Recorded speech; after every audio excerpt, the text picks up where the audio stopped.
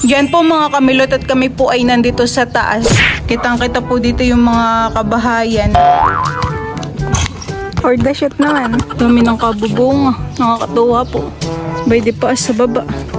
Sa sobrang dami naman po ng bunga na itong mulberry ay nalalaglag na. Kapag po yung iba'y pinipitas may kusapong nahuhulog. Tikman ko po. Tamis.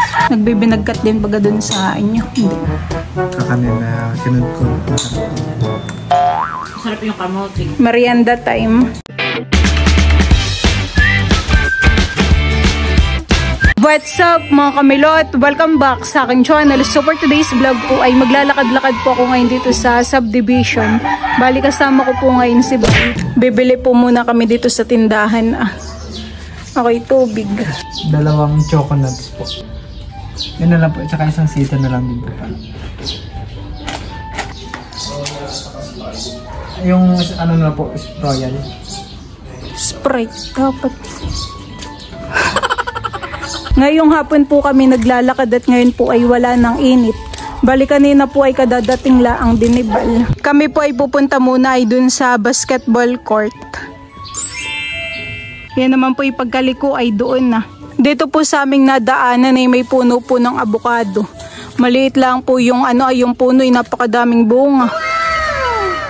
Kasi maliliit pa.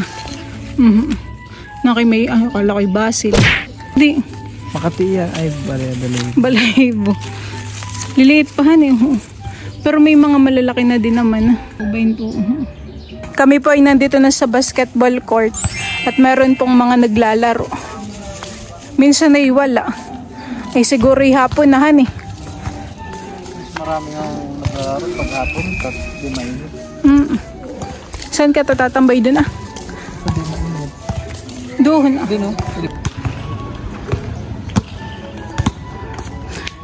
Shot mo. Baka sala. Obo. At na-shot master.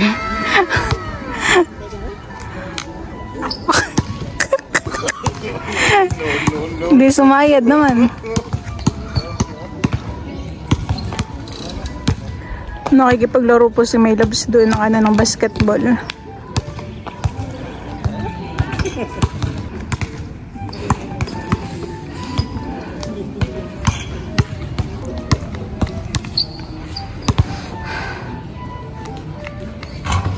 Obo.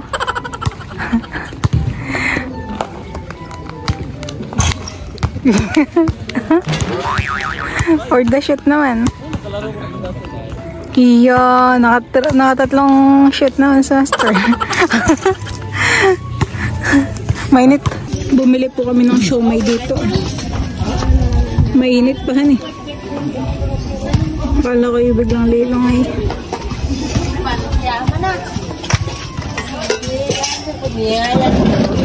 Okay na.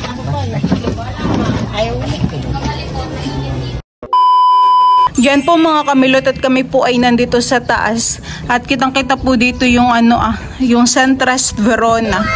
Ito po yung pool dito. Ganda. Napakalinaw po ng tubig. Sarap pong mag-swimming. Tapos bay naman po yung court yung basketball court. Sa likod lang po na itong pool. Ganda pag swimming at hindi po ganayin kainit.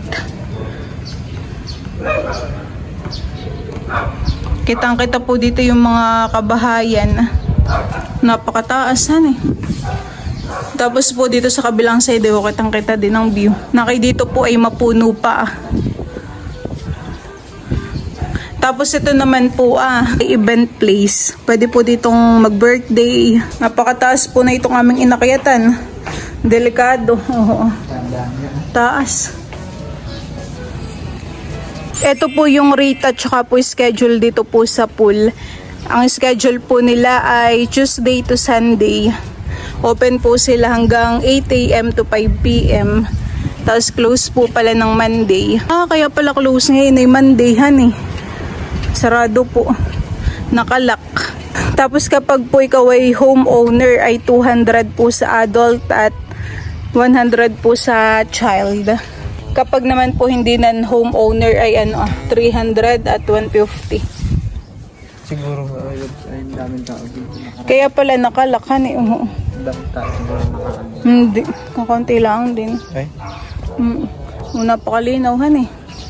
Dito po sa aming nadaanan eh, meron pong puno ng mulberry. Ay napakadami ng bunga eh. Po yung iba yung mga hinog na. Tapos yung iba po yung nangangalaglag ang sayang. Tari manguha. Hani, ka naman may labs. Ito nga lang po ay makulay. Dami ng kabubunga. Nakakatuwa po.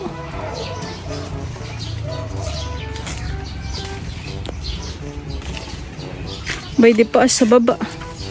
Napakalalaki. Ilang puno siguro ito hani. Isa, dalawa, tatlo. Hanggang doon po yan sa dulo. Yan pong mulberry ay pwede rin gawing jam. Masarap po.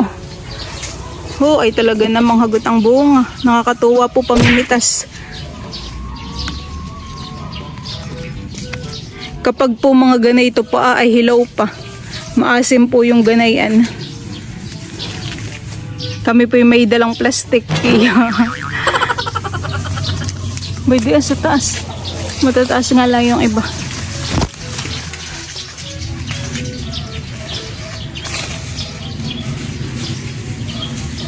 Yung puno po ng mulberry hanggang doon po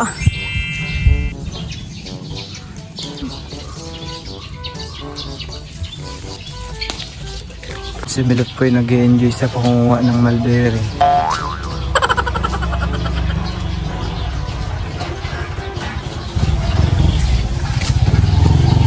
Ito pong dalawa yung hinog na aba.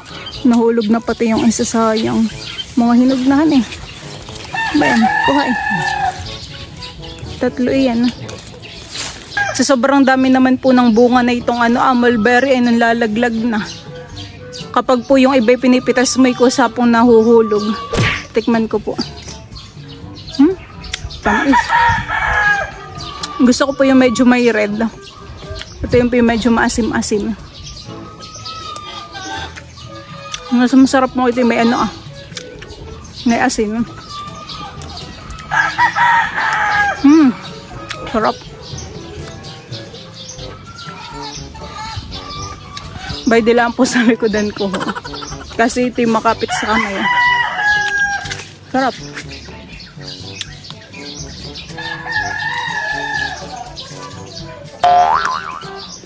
Diyan po mga kamilot at ito po yung aming mga nakuhang mulberry. Meron pong may mga red pa. Masarap po yung medyo maasim-asim. Sarap na ito sa asin.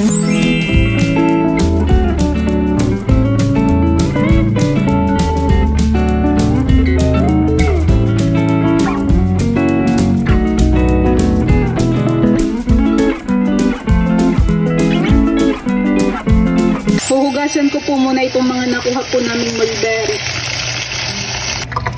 Mabilis lang po kayo nanay yan eh.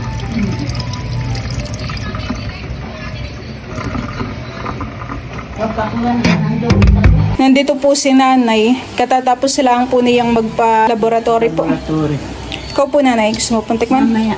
Ito po ay gusto ni mama. O mama, ito naman pinahugasan ko na.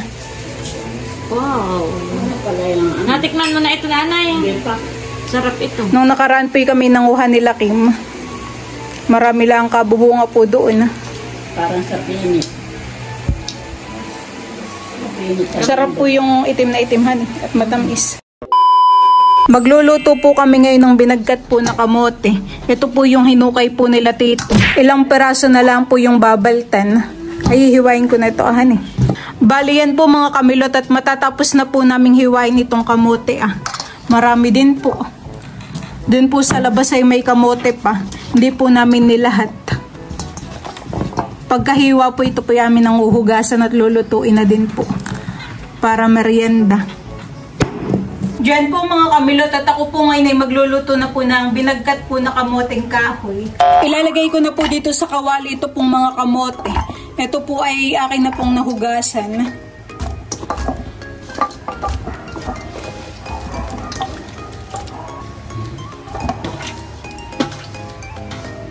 Bali, pagsasama-samahin ko lang po yung mga ingredients. Yan, ako po ay maglalagay ng royal. Lalagyan ko rin po ng star margarine. Maglalagay din po ako ng kaunting tubig. Tataktakan ko na din po ito ng asukal.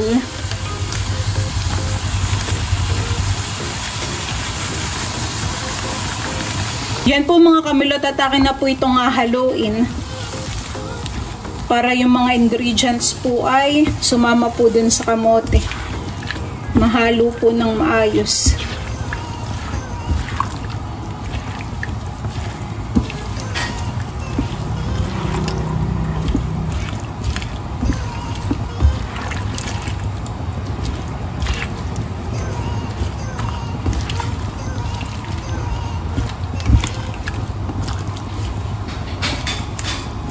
Akin lang po muna itong tatakpan para mas mabilis pong maluto yung kamoting kahoy. Ito yan po talaga yung matigas. Diyan po mga kamilot, at after ilang minutes po ay malambot na po itong kamoting kahoy. Naigahan na rin po ng sabaw. Ngayon po ay lalagay ko na po itong gatas para po mas creamy at mas masarap. Yan.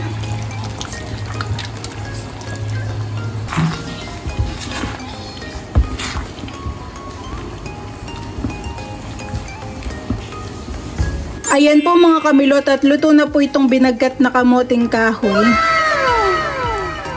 Kami po ay magmemeryenda na. Creamy. Sarap po na ito. Kakain na ng merienda. Si nanay po ay sasandok na ng binagkat. Nagluto po ako nung nakaraan ay si titi nagbagkat nanay. Masarap at maligat yung kamote. Oh. Yan po yung tanim ni tatay. Tamang-tamang merienda naman. Ini, kumain ka na din.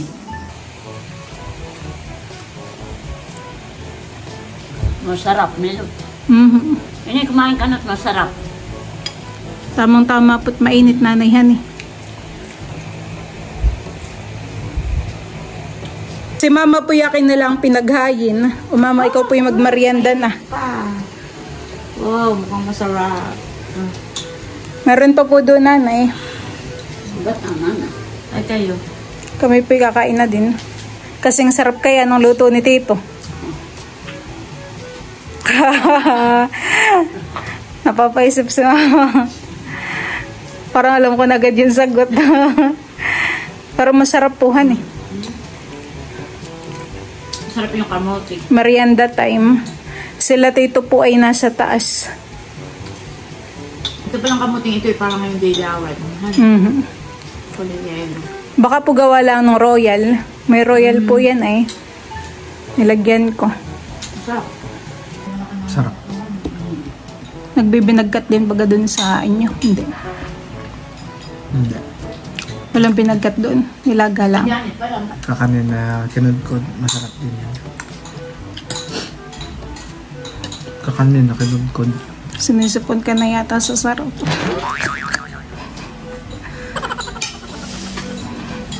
Yung gata po pala mamang hindi ko na ilagay. At nandun po sa styro. Pero masarap. Masarap na. Kakain na po ako na itong binagkat. Sarap. Kain po tayo. Sarap. Hindi pa nga nalagay yung gatayan. Sarap.